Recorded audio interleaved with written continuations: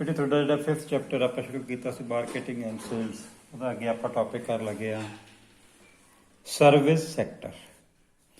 ਬੇਟੇ ਇਹਦੇ ਵਿੱਚ ਆਪਾਂ ਬੇਸਿਕਲੀ ਜਿਹੜਾ ਤੁਸੀਂ ਆਪਣਾ ਫੋਰਥ ਸਮੈਸਟਰ ਦੇ ਵਿੱਚ ਪੜ੍ਹਿਆ ਸੀਗਾ general skills and entrepreneurship development. ਤੁਹਾਡੇ ਕੋਲੇ ਦੇਖੋ ਹੁਣ ਗੌਰਮੈਂਟ ਕੋਲੇ ਇੰਨੀਆਂ ਜੌਬਸ ਨਹੀਂ ਹੈਗੀਆਂ, PSUs 'ਚ ਵੀ ਇੰਨੀਆਂ ਜੌਬ ਨਹੀਂ ਹੈਗੀਆਂ। ਤੁਹਾਨੂੰ ਕੋਈ ਨਾ ਕੋਈ ਸਰਵਿਸ ਸੈਕਟਰ ਦੇ ਵਿੱਚ ਬੇਟੇ ਆਪਣਾ ਕੰਮ ਤੁਸੀਂ ਸ਼ੁਰੂ ਕਰ ਸਕਦੇ ਹੋ। ਮਕੈਨੀਕਲ ਦੇ ਸਟੂਡੈਂਟਸ ਜਿਵੇਂ ਤੁਸੀਂ ਆਟੋਮੋਬਾਈਲ ਦੀ ਵਰਕਸ਼ਾਪ ਪਾ ਸਕਦੇ ਹੋ, ਉਹਦੇ ਵਿੱਚ ਤੁਸੀਂ ਇਕੱਲੀ ਸਰਵਿਸ ਦੇਣੀ ਹੈ। ਦੇਖੋ ਅੱਜ ਦੇ ਟਾਈਮ ਦੇ ਵਿੱਚ ਤੁਸੀਂ ਇਹ ਸੋਚੋ ਕਿ ਤੁਸੀਂ ਐਂਟਰਪ੍ਰਾਈਜ਼ ਲਾਉਣੀ ਹੈ, ਪ੍ਰੋਡਕਸ਼ਨ ਆਪ ਕਰਨੀ ਹੈ, ਤੁਹਾਨੂੰ ਉਹਦੇ ਲਈ ਬਿਲਡਿੰਗ ਚਾਹੀਦੀ ਹੈ, ਮਸ਼ੀਨਰੀ ਚਾਹੀਦੀ ਹੈ, ਲੇਬਰ ਚਾਹੀਦੀ ਹੈ, ਤੁਹਾਨੂੰ ਮਾਰਕੀਟਿੰਗ ਕਰਨੀ ਪੈਣੀ ਹੈ। ਹੁਣ ਇਹਦੇ ਵਿੱਚ ਤੁਹਾਡੇ ਕੋਲ ਇੱਕ ਸਿੰਪਲ ਇਹ ਮੈਥਡ ਹੈ ਕਿ ਤੁਸੀਂ ਆਪਦੀ ਐਂਟਰਪ੍ਰਾਈਜ਼ ਲਾਉਣਾ ਚਾਹੁੰਦੇ ਹੋ, ਤੁਸੀਂ ਸਰਵਿਸ ਸੈਕਟਰ ਦੇ ਵਿੱਚ ਆਓ। ਜੇ ਤੁਸੀਂ ਮਕੈਨੀਕਲ ਦੇ ਬੱਚੇ ਹੋ, ਤੁਸੀਂ ਜਿਹੜੀ ਮੇਨਟੇਨੈਂਸ ਦੀ ਜੌਬ ਹੈ ਉਹਦੇ ਵਿੱਚ ਆਓ। ਉਹਦੇ ਵਿੱਚ ਤੁਸੀਂ ਪ੍ਰੋਡਕਸ਼ਨ ਆਪ ਨਹੀਂ ਕਰਨੀ, ਇਕੱਲੀ ਸਰਵਿਸ ਪ੍ਰੋਵਾਈਡਰ ਬਣਨਾ ਤੁਸੀਂ, ਅਤੇ ਆਪਣੇ ਸਰਵਿਸ ਦੀ ਤੁਸੀਂ ਪੇਮੈਂਟ ਲੈਣੀ ਹੈ।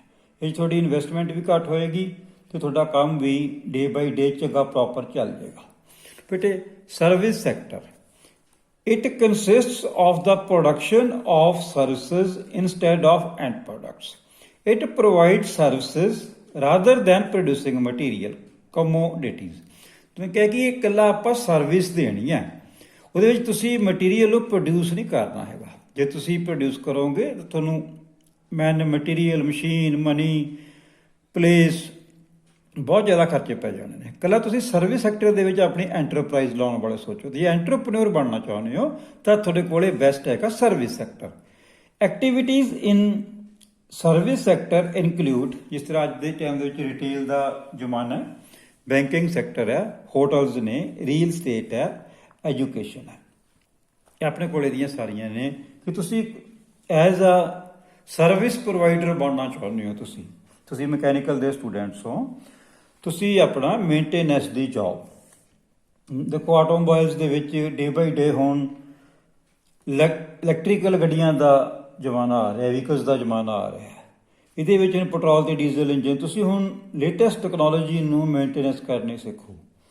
ਹੁਣ ਪੁਰਾਣੀਆਂ ਗੱਡੀਆਂ ਵੀ ਮਾਰਕੀਟ ਦੇ ਵਿੱਚ ਬਹੁਤ ਜ਼ਿਆਦਾ ਨੇ, ਉਹਨਾਂ ਦੀ ਵੀ ਰਿਪੇਅਰ ਹੋਣੀ ਆ, ਅਤੇ ਸਕੂਟਰਸ ਦਾ, ਮੋਟਰਸਾਈਕਲ ਦਾ, ਕਾਰਸ ਦਾ, ਇਹਦਾ ਕੰਮ ਰਿਪੇਅਰ ਦਾ ਖਤਮ ਹੀ ਨਹੀਂ ਹੋਣਾ ਹੈਗਾ। ਤੁਸੀਂ ਸਰਵਿਸ ਸੈਕਟਰ ਦੇ ਵਿੱਚ ਮਕੈਨੀਕਲ ਦੇ ਬੱਚਿਆਂ ਦੇ ਲਈ ਇਹ ਇੱਕ ਅੱਛੀ ਐਂਟਰਪ੍ਰਾਈਜ਼ ਲਾਉਣ ਦਾ ਇੱਕ ਮੌਕਾ ਹੁੰਦਾ ਬੇਟੇ। ਨੈਕਸਟ ਆਪਣੇ ਕੋਲ ਆ ਗਿਆ advertisement, print media and electronic media. ਕਿਉਂਕਿ ਐਡਵਰਟਾਈਜ਼ਮੈਂਟਸ ਆਪਾਂ ਦੇਖਦੇ ਹਾਂ। ਐਡਵਰਟਾਈਜ਼ਮੈਂਟ ਕੀ ਕਰਦੀ ਹੈ, ਸਾਨੂੰ ਇੱਕ ਮੈਸੇਜ ਦਿੰਦੀ ਆ। ਉਸ ਦੇ ਵਿੱਚ ਇਸ ਮੈਸੇਜ ਦੇ ਵਿੱਚ ਲਿਖਿਆ ਜੋ ਐਡ ਹੁੰਦੀ ਹੈ ਉਹਨੂੰ ਕਿਸੇ ਮੈਸੇਜ ਦੇ ਰਾਹੀਂ ਸਾਨੂੰ ਕਨਵੇ ਕਰਦੇ ਨੇ। The message which is presented in advertising is called advertisement. Advertising is the process of persuading potential customers to buy products and services by promoting them. It is paid form of publicity. ਜਿਹੜੀ advertisement ਹੈ ਇਹ ਇੱਕ paid farm ਹੈ। Payment ਲੈ ਕੇ agencies ਜਿਹੜੀਆਂ ਨੇ ਉਹ potential customers ਨੇ ਕਿ ਜਿਨ੍ਹਾਂ ਦਾ ਤੁਹਾਨੂੰ ਸਾਰਾ ਡਾਟਾ ਉਹਨਾਂ ਕੋਲੇ ਹੁੰਦਾ ਹੈ ਆਪਣੇ ਮੋਬਾਈਲ। ਤੁਹਾਨੂੰ ਦੇਖੋ ਕਈ ਬੈਂਕਾਂ ਤੋਂ ਫੋਨ ਆਉਂਦੇ ਨੇ, ਕਈ ਜੇ ਤੁਸੀਂ ਇੱਕ ਵਾਰੀ ਕਿਸੇ ਵੀ ਕੰਪਨੀ ਦੇ ਵਿੱਚ ਜਾ ਕੇ ਆਪਣਾ ਸਕੂਟਰ, ਮੋਟਰਸਾਈਕਲ, ਕਾਰ ਲੈ ਜਿਹਨੂੰ ਫੋਨ ਨੰਬਰ ਲਿਖਾ ਕੇ ਆਉਂਦੇ ਹੋ, ਤੁਹਾਨੂੰ ਬਾਰ-ਬਾਰ ਉਹ ਫੋਨ ਕਰਦੇ ਨੇ। ਉਹਦਾ ਪਰਪਸ ਕੀ ਹੁੰਦਾ ਕਿ ਜੇ ਪੋਟੈਂਸ਼ੀਅਲ ਕਸਟਮਰਸ ਨੇ ਜਿਹੜੇ, ਇਹਨਾਂ ਦੇ ਵਿੱਚੋਂ ਇਹਨਾਂ ਨੂੰ ਬਾਰ-ਬਾਰ ਕਹਿ ਕੇ ਪ੍ਰੋਡਕਟ ਨੂੰ ਵੇਚਣਾ। ਓਬਜੈਕਟਿਵਸ of advertising. Advertising the objective ਕੀ ਹੈ, ਨਿਸ਼ਾਨਾ ਕੀ ਹੈ? Number 1 creation of demand. ਪਹਿਲਾਂ ਮਾਰਕੀਟ ਦੇ ਵਿੱਚ ਐਡਵਰਟਾਈਜ਼ਿੰਗ ਕਰਕੇ ਡਿਮਾਂਡ ਦੀ ਕ੍ਰੀਏਸ਼ਨ ਕਰਨੀ ਹੈ। ਕਿਸ ਪ੍ਰੋਡਕਟ ਦੀ ਕਿੰਨੀ ਕੁ ਡਿਮਾਂਡ ਹੈ, ਕਿਸ ਰੇਂਜ ਦੇ ਪ੍ਰੋਡਕਟ ਦੀ ਡਿਮਾਂਡ ਹੈ। ਫੇਸਿੰਗ ਦਾ ਕੰਪੀਟੀਸ਼ਨ, ਅਤੇ ਉਹਦੇ 'ਚ ਤੁਹਾਡੇ ਕੰਪੀਟੀਟਰ ਕਿਹੜੇ ਕਿਹੜੇ ਨੇ, ਤੁਹਾਨੂੰ ਕਿੰਨਾ ਕੰਪੀਟੀਸ਼ਨ ਫੇਸ ਕਰਨਾ ਪੈ ਰਿਹਾ ਪ੍ਰੋਡਕਟ ਦੇ ਵਿੱਚ। ਅਤੇ ਤੁਹਾਨੂੰ ਮੈਂ ਕਿਹਾ ਕਿ ਜੇ ਤੁਸੀਂ ਆਪਣਾ ਐਂਟਰਪ੍ਰਾਈਜ਼ ਲਾਉਣੀ ਹੈ ਤੁਸੀਂ ਸਰਵਿਸ ਸੈਕਟਰ ਦੇ ਵਿੱਚ ਆਓ, ਕਿਉਂਕਿ ਜੇ ਤੁਸੀਂ ਪ੍ਰੋਡਕਸ਼ਨ ਕਰੋਗੇ ਕੰਪੀਟੀਸ਼ਨ ਮਾਰਕੀਟ 'ਚ ਬਹੁਤ ਜ਼ਿਆਦਾ। ਕ੍ਰੀਏਟਿੰਗ ਗੁੱਡਵਿਲ, ਕੋਈ ਇਹ ਬੜਾ ਇੱਕ ਅੱਛਾ ਕੰਸੈਪਟ ਹੈ। ਜੇ ਤੁਸੀਂ ਕਾਰਪੋਰੇਟ ਵਰਲਡ ਹੈ ਜਿਹੜਾ, ਉਹਦੇ ਵਿੱਚ ਤੁਹਾਨੂੰ ਆਪਣੇ ਗੁੱਡਵਿਲ ਕ੍ਰੀਏਟ ਕਰਨੀ ਪਏਗੀ ਤਾਂ ਕਿ ਤੁਹਾਡੇ ਕੋਲ ਕਸਟਮਰ ਬਾਰ-ਬਾਰ ਆਵੇ। ਐਜੂਕੇਟਿੰਗ ਦਾ ਕਸਟਮਰਸ ਬੜਾ ਇੰਪੋਰਟੈਂਟ ਹੈ ਇਹ ਕਿ ਜਿਹੜੇ ਕਸਟਮਰਸ ਨੇ ਉਹਨਾਂ ਨੂੰ ਪ੍ਰੋਪਰ ਬ੍ਰੋਸ਼ਰਸ ਦਿਖਾ ਕੇ, ਸਾਰਾ ਡਾਟਾ ਦਿਖਾ ਕੇ, ਪ੍ਰੋਡਕਟ ਦੀਆਂ ਸਾਰੀਆਂ ਸਪੈਸੀਫਿਕੇਸ਼ਨਸ ਦਿਖਾ ਕੇ ਉਹਨਾਂ ਨੂੰ ਪ੍ਰੋਡਕਟ ਬਾਰੇ ਐਜੂਕੇਟ ਕਰਨਾ ਤੇ ਦੱਸਣਾ ਕਿ ਸਾਡੇ ਪ੍ਰੋਡਕਟ ਦੇ ਵਿੱਚ ਤੇ ਦੂਜੇ ਦੇ ਵਿੱਚ ਕੀ ਗੈਪ ਕੀ ਹੈ, ਸਾਡੇ ਦੇ ਵਿੱਚ ਕੀ ਕੀ ਐਡੀਸ਼ਨਸ ਨੇ, ਉਹਨਾਂ ਨੂੰ ਐਜੂਕੇਟ ਕਰਨਾ। ਕੋਈ ਕਸਟਮਰਸ ਨੂੰ ਨਹੀਂ ਪਤਾ ਹੁੰਦਾ, ਉਹਨਾਂ ਨੂੰ ਤੁਸੀਂ as a engineer proper educate ਕਰ ਸਕਦੇ ਹੋ।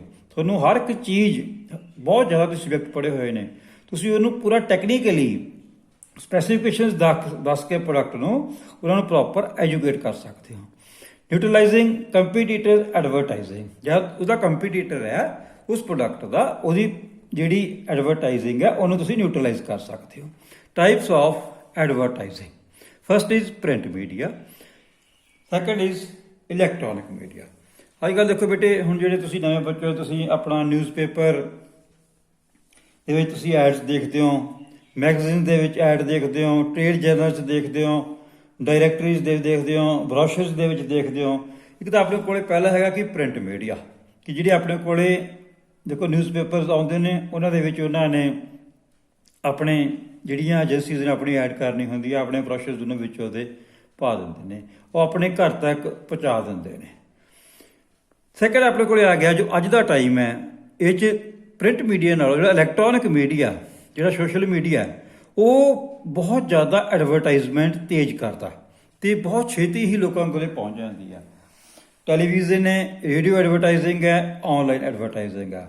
ਅਤੇ ਪਹਿਲਾਂ ਦੱਸਿਆ ਕਿ ਅੱਜ ਦੇ ਟਾਈਮ ਦੇ ਵਿੱਚ ਆਫਲਾਈਨ ਨਾਲੋਂ ਜਿਹੜੀ ਔਨਲਾਈਨ ਐਡਵਰਟਾਈਜ਼ਿੰਗ ਹੈ ਇਹ ਜ਼ਿਆਦਾ ਫਾਸਟ ਹੈ। The media which is not physically visible but electronic media, ਇਹ ਸਾਨੂੰ ਇਹ ਨਹੀਂ ਕਿ ਫਿਜ਼ੀਕਲ ਦਿਸ ਨਹੀਂ ਰਿਹਾ ਕਿਤੇ ਵੀ ਕਿ ਇਹ ਉੱਥੇ ਇਹਦਾ ਆਫਿਸ ਹੈ, ਬਹੁਤ ਵੱਡੀ ਇਹਨਾਂ ਦਾ ਇੱਕ ਸੈੱਲ ਹੈ। ਇਹ ਸਿਰਫ based and uses of electronic devices for advertising is termed as electronic media. ਇਹਦੇ ਵਿੱਚ ਕੀ ਹੈ, ਆਪਾਂ ਇਲੈਕਟ੍ਰੋਨਿਕ ਡਿਵਾਈਸਿਸ ਨੂੰ ਯੂਜ਼ ਕਰਨਾ। ਜਿਹੜੇ ਕਾਲ ਸੈਂਟਰਸ ਹੁੰਦੇ ਨੇ, ਉਹ ਤੁਸੀਂ ਆਪਣੀ ਕੰਪਲੇਂਟ ਲਿਖਾ ਦਿੰਦੇ ਹੋ, ਉਹ ਤੁਹਾਡੇ ਘਰੇ ਇੰਜੀਨੀਅਰ ਆ ਜਾਂਦਾ। The media which is not physically visible based and uses electronic devices for advertising termed as electronic media. Both print media and electronic media increases sales volume. ਦੇਖੋ ਦੋਨਾਂ ਦਾ ਪਰਪਸ ਕੀ ਹੈ ਕਿ ਜਿਹੜੀ ਪ੍ਰੋਡਕਸ਼ਨ ਹੈ ਉਹਦੀ ਸੇਲ ਦਾ volume ਨੂੰ increase ਕਰਨਾ ਬਾਈ creating attraction towards ਦਾ product ਕੰਨੀ ਅਟਰੈਕਸ਼ਨ ਕਰਕੇ ਉਹਦਾ ਸੇਲ ਨੂੰ ਇਨਕਰੀਜ਼ ਕਰਨਾ। It helps in eliminating the middleman by establishing direct contacts between producers and consumers. It results in cheaper products. तो ਅੱਜ ਬੇਟੇ ਆਪਾਂ ਘਰੇ ਬੈਠੇ ਹੀ ਆਨਲਾਈਨ ਮਟੀਰੀਅਲ ਨੂੰ ਪਰਚੇਸ ਕਰ ਲੈਂਦੇ ਆ। ਉਹਦੇ ਵਿੱਚ ਕੀ ਹੈ, ਕੰਪਨੀਜ਼ ਨੇ ਡਾਇਰੈਕਟ ਜਿਹੜੇ ਆਨਲਾਈਨ ਨੇ ਏਜੰਸੀਜ਼ ਦੇ ਨਾਲ ਕੰਟੈਕਟ ਕੀਤਾ ਹੋਇਆ, ਉਹ ਡਾਇਰੈਕਟ ਇੰਡਸਟਰੀ ਤੋਂ ਜਿਹੜਾ ਮਟੀਰੀਅਲ ਹੈ, ਤੁਸੀਂ ਕੋਈ ਲੈਪਟਾਪ ਖਰੀਦਣਾ ਹੈ, ਕੋਈ ਟੈਲੀਵਿਜ਼ਨ ਖਰੀਦਣਾ ਹੈ, ਕੋਈ ਵੀ ਤੁਸੀਂ ਪ੍ਰੋਡਕਟ ਪਰਚੇਸ ਕਰਨੀ ਹੈ, ਉਹ ਤੁਹਾਡੇ ਘਰੇ ਆ ਜਾਂਦੀ ਹੈ। ਉਹਦੇ ਵਿੱਚ ਉਹ ਜਿਹੜਾ ਕੰਪਨੀ ਹੈ ਉਹਦਾ ਜਿਹੜਾ ਮਾਰਜਨ ਹੈ, ਜਿਹੜਾ ਉਹਨੇ ਡਿਸਟਰੀਬਿਊਟਰ ਨੂੰ ਅੱਗੇ ਫਰਦਰ ਦੇਣਾ ਹੁੰਦਾ ਸੀਗਾ, ਉਹ ਵਿੱਚੋਂ ਕੱਟ ਜਾਂਦਾ। ਇਹਦੇ ਵਿੱਚ ਜਿਹੜਾ ਕੰਜ਼ਿਊਮਰ ਹੈ ਉਹਨੂੰ ਵੀ ਫਾਇਦਾ ਹੋ ਜਾਂਦਾ, ਅਤੇ ਜਿਹੜਾ ਸੇਲ ਕਰ ਰਿਹਾ, ਜਿਹੜਾ ਪ੍ਰੋਡਕਟ ਨੂੰ ਬਣਾ ਰਿਹਾ ਹੈ, ਉਹ ਡਾਇਰੈਕਟ ਆਪਣੀ ਸੈਲਿੰਗ ਕਰ ਰਿਹਾ। ਆਫਲਾਈਨ ਦੇ ਵਿੱਚ ਤੁਸੀਂ ਸ਼ਾਪ ਦੇ ਉੱਤੇ ਜਾਂਦੇ ਹੋ, ਉੱਥੇ ਜਾ ਕੇ ਪ੍ਰੋਡਕਟ ਨੂੰ ਸਿਲੈਕਟ ਕਰਦੇ ਹੋ, ਫਿਰ ਉਹਨੂੰ ਪਰਚੇਸ ਕਰਦੇ ਹੋ। ਕਿਉਂਕਿ ਜਿਹੜਾ ਡਿਸਟਰੀਬਿਊਟਰ ਹੈ, ਜਿਹੜਾ ਰਿਟੇਲ ਦੇ ਵਿੱਚ ਕੰਮ ਕਰ ਰਿਹਾ, ਉਹਨੇ ਆਪਣਾ ਮਾਰਜਨ ਵਿੱਚ ਰੱਖਣਾ ਹੁੰਦਾ। ਅਤੇ ਜੇ ਤੁਸੀਂ ਡਾਇਰੈਕਟ ਪਰਚੇਸ ਕਰਦੇ ਹੋ ਤਾਂ ਜਿਹੜਾ ਉਹਦਾ ਮਾਰਜਨ ਹੈ ਵਿੱਚੋਂ ਰਿਡਿਊਸ ਹੋ ਜਾਂਦਾ, ਤੁਹਾਨੂੰ ਜਿਹੜੀ ਪ੍ਰੋਡਕਟ ਹੈ ਉਹ ਲੈਸ ਪੈ ਜਾਂਦੀ ਹੈ। Next is market survey and sales promotion. ਬੇਟੇ ਕੋਈ ਵੀ ਪ੍ਰੋਡਕਟ ਨੂੰ ਆਪਾਂ ਬਣਾਉਣ ਤੋਂ ਪਹਿਲਾਂ, ਲਾਂਚ ਕਰਨ ਤੋਂ ਪਹਿਲਾਂ ਸਾਰਾ ਮਾਰਕੀਟ ਸਰਵੇ ਕਰਨਾ ਪਏਗਾ, ਸਾਰਾ ਆਪਾਂ ਨੂੰ ਡਾਟਾ ਕਲੈਕਸ਼ਨ ਕਰਨੀ ਪਏਗੀ, ਸਾਰਾ ਆਪਾਂ ਨੂੰ ਉਹਦੇ ਕੰਪੀਟੀਟਰਸ ਦੇਖਣੇ ਪੈਣਗੇ। ਫਿਰ ਉਹਨੂੰ ਆਪਾਂ ਨੂੰ ਇਹ ਵੀ ਦੇਖਣਾ ਪਏਗਾ ਇਸ ਪ੍ਰੋਡਕਟ ਦੀ ਅਸੀਂ ਪ੍ਰੋਡਕਸ਼ਨ ਆਪ ਕਰੀਏ ਕਿ ਇਹਨੂੰ ਪ੍ਰੋਡਕਟ ਨੂੰ ਬਣੇ ਹੋਏ ਨੂੰ ਲੈ ਕੇ ਟੈਸਟਿੰਗ ਕਰਕੇ ਇਕੱਲੀ ਆਪ ਆਪਣੇ ਟ੍ਰੇਡ ਨੇਮ ਦੇ ਹੇਠ ਵੇਚੀਏ। ਇਹ ਸਾਨੂੰ ਮਾਰਕੀਟ ਦਾ ਇੱਕ ਸਰਵੇ ਪਹਿਲਾਂ ਕਰਨਾ ਪਏਗਾ। ਉਸ ਤੋਂ ਬਾਅਦ ਅਸੈਸਮੈਂਟ ਕਰਨ ਤੋਂ ਬਾਅਦ ਹੀ ਆਪਾਂ ਸੋਚ ਸਕਦੇ ਹਾਂ ਕਿ ਅਸੀਂ ਪ੍ਰੋਡਕਟ ਨੂੰ ਮੈਨੂਫੈਕਚਰ ਕਰਨਾ ਹੈ ਜਾਂ ਇਹਨੂੰ ਅਸੀਂ ਮਾਰਕੀਟ ਦੇ ਵਿੱਚੋਂ ਪਰਚੇਜ਼ ਕਰਕੇ ਟੈਸਟਿੰਗ ਕਰਕੇ ਪ੍ਰੋਪਰ ਇਹਨੂੰ ਸੇਲ ਕਰ ਦੇਣਾ। Market survey, it is the process of systematic gathering, recording and analyzing of data about customers, ਜਿਹੜੇ ਕਸਟਮਰਸ ਦਾ ਡਾਟਾ ਹੈ ਉਹਨਾਂ ਨੂੰ ਐਨਾਲਾਈਜ਼ ਕਰਨਾ, ਤੁਹਾਡੇ ਕੰਪੀਟੀਟਰਸ ਕਿਹੜੇ-ਕਿਹੜੇ ਨੇ ਉਹਨਾਂ ਨੂੰ ਕਰਨਾ, ਐਂਡ ਦਾ ਮਾਰਕੀਟ ਦੇ ਵਿੱਚ ਕੀ ਟ੍ਰੈਂਡ ਹੈ ਉਹਨੂੰ ਅਸੈਸ ਕਰਨਾ। It can also help to create a business plan, ਸਾਨੂੰ ਹੈਲਪ ਕਰੇਗੀ ਅਸੀਂ ਬਿਜ਼ਨਸ ਜਦੋਂ ਪਲਾਨ ਨੂੰ ਤਿਆਰ ਕਰਨਾ। Launch a new product, fine tune existing products, ਜਿਹੜੇ ਸਾਡੇ ਨਵੇਂ ਆਲਰੇਡੀ ਪ੍ਰੋਡਕਟਸ ਕੰਪਨੀਜ਼ ਪ੍ਰੋਡਿਊਸ ਕਰ ਰਹੀਆਂ ਨੇ ਉਹਨਾਂ 'ਚ ਕੀ ਚੇਂਜਸ ਲੈ ਕੇ ਆਉਣੀਆਂ ਨੇ, and services expand into new methods. ਦੇਖੋ ਹੁਣ ਜਿਹੜੀ ਟੈਕਨੋਲੋਜੀ ਹੈ ਉਹ ਬਹੁਤ ਜ਼ਿਆਦਾ ਫਾਸਟ ਚੇਂਜਸ ਆ ਰਹੀਆਂ ਨੇ। ਜਦੋਂ ਟੈਕਨੋਲੋਜੀ ਐਡਵਾਂਸ ਹੁੰਦੀ ਹੈ ਤਾਂ ਮੈਨੂਫੈਕਚਰਿੰਗ ਕਾਸਟ ਘੱਟ ਜਾਂਦੀ ਹੈ। ਇਸ ਲਈ ਤੁਹਾਨੂੰ ਅਪ ਟੂ ਡੇਟ ਰਹਿਣਾ ਪਏਗਾ ਮਾਰਕੀਟ ਦੇ ਨਾਲ ਕਿ ਅੱਜ ਕਸਟਮਰਸ ਦੀਆਂ ਨੀਡਸ ਕੀ ਨੇ, ਉਹਨਾਂ ਦੀਆਂ ਰਿਕੁਆਇਰਮੈਂਟਸ ਕੀ ਨੇ, ਤੇ ਅਸੀਂ ਜਿਹੜਾ ਪ੍ਰੋਡਕਟ ਸੇਲ ਕਰ ਰਹੇ ਹਾਂ ਇਹਦੇ ਵਿੱਚ ਅਸੀਂ ਫਰਦਰ ਕੀ ਐਕਸਪੈਂਸ਼ਨਸ ਕਰੀਏ ਤਾਂ ਕਿ ਸਾਡੇ ਪ੍ਰੋਡਕਟ ਦੀ ਸੇਲ ਦੇ ਉੱਤੇ ਕੋਈ ਇੰਪੈਕਟ ਨਾ ਪਵੇ। Need and importance of market survey, ਇਹਦੀ ਸਾਨੂੰ ਜ਼ਰੂਰਤ ਕੀ ਹੈ। Number 1 is understanding your existing customers. ਸਭ ਤੋਂ ਪਹਿਲਾਂ ਆਪਾਂ ਇਹਦਾ ਸਰਵੇ ਕਿਉਂ ਕਰਦੇ ਹਾਂ ਕਿ ਜਿਹੜੇ ਤੁਹਾਡੇ ਐਗਜ਼ਿਸਟਿੰਗ ਕਸਟਮਰਸ ਨੇ ਉਹਨਾਂ ਨੂੰ ਅੰਡਰਸਟੈਂਡ ਕਰੋ। ਸੈਕੰਡ, ਆਇਡੈਂਟੀਫਾਈ ਪੋਟੈਂਸ਼ੀਅਲ ਕਸਟਮਰਸ, ਫਿਰ ਤੁਸੀਂ ਆਇਡੈਂਟੀਫਾਈ ਕਰੋ ਕਿ ਕਿਹੜੇ ਕਸਟਮਰਸ ਦੀ ਜਿਹੜਾ ਤੁਸੀਂ ਪ੍ਰੋਡਕਟ ਨੂੰ ਸੇਲ ਕਰਨਾ ਹੈ ਪੇਇੰਗ ਰੇਂਜ ਹੈਗੀ ਆ, ਜਿਹੜੇ ਪੋਟੈਂਸ਼ੀਅਲ ਕਸਟਮਰਸ ਨੇ ਜਿਹੜੇ ਉਹਨੂੰ ਪਰਚੇਜ਼ ਕਰ ਸਕਦੇ ਨੇ ਤੁਸੀਂ ਉਹਨਾਂ ਨੂੰ ਆਇਡੈਂਟੀਫਾਈ ਕਰਨਾ ਹੈ।